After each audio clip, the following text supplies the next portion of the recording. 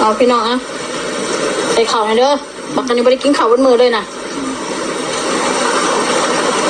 ขึ้นบ่อังบ่พี่น้องฟังเนี่ยมันขึ้นน้องหลานญาติหลานหมูทำมาแกงดังคนเลยแต่ว่าพริกไม่ได้โขกมันพี่น้องชีพมึงแล้วมันก็บอกเป๊ะล่ะไม่ได้เอามาโขกไหมมันไม่ได้กินข่าวเลยนี่กินตำมาแกงไปยี่ห้ออะไรเนี่ยกินได้มันไม่ได้เผ็ดเดี๋ยว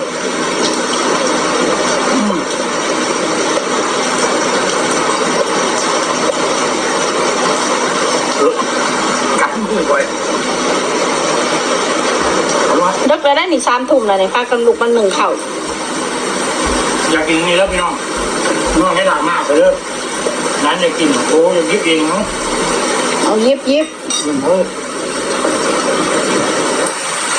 โอ้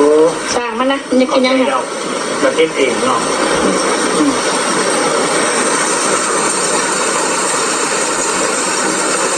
นี่ก็นี่ก็ดีขึ้นนิ่มขึ้นหลาย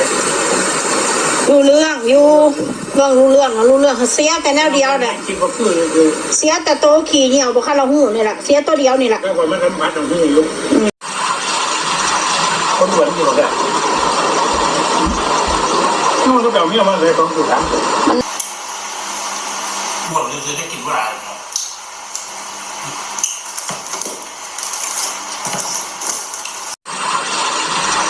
คนหวนอยู่หรอกเนี่ย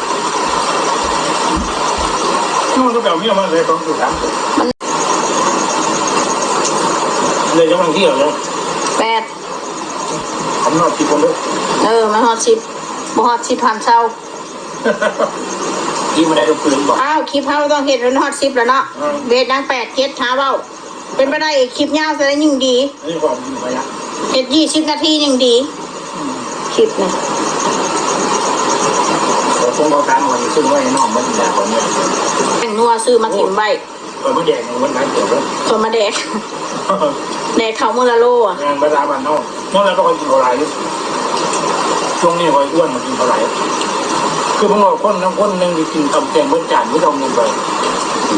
แกงง่ายๆเนี่ยอ้วนจะได้กินว่า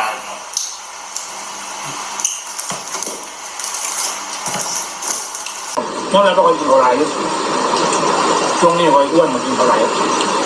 คือผมบอกคนทั้งคนหนึ่งกินตำแกงเบิ้ลจานไม่ต้องเงินไปแกงง่ายๆเนี่ยอ้วนจะได้กินว่า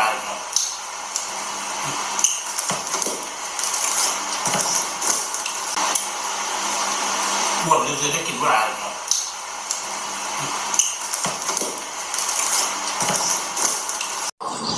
ตอนนี้ก็ดีทานไปไผ่ต้มปลาดุกมันเอง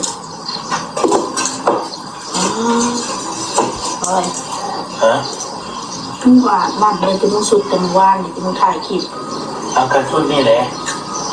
ก็บอกพี่น้องแล้วว่าขึ้นเนี่ยจะใส่ชุดเก่าหรือทำไมต้องใส่ชุดเก่าเอาแต่ก็ยินดีอาบก่อนเท่านี้เปลี่ยนชุดใหม่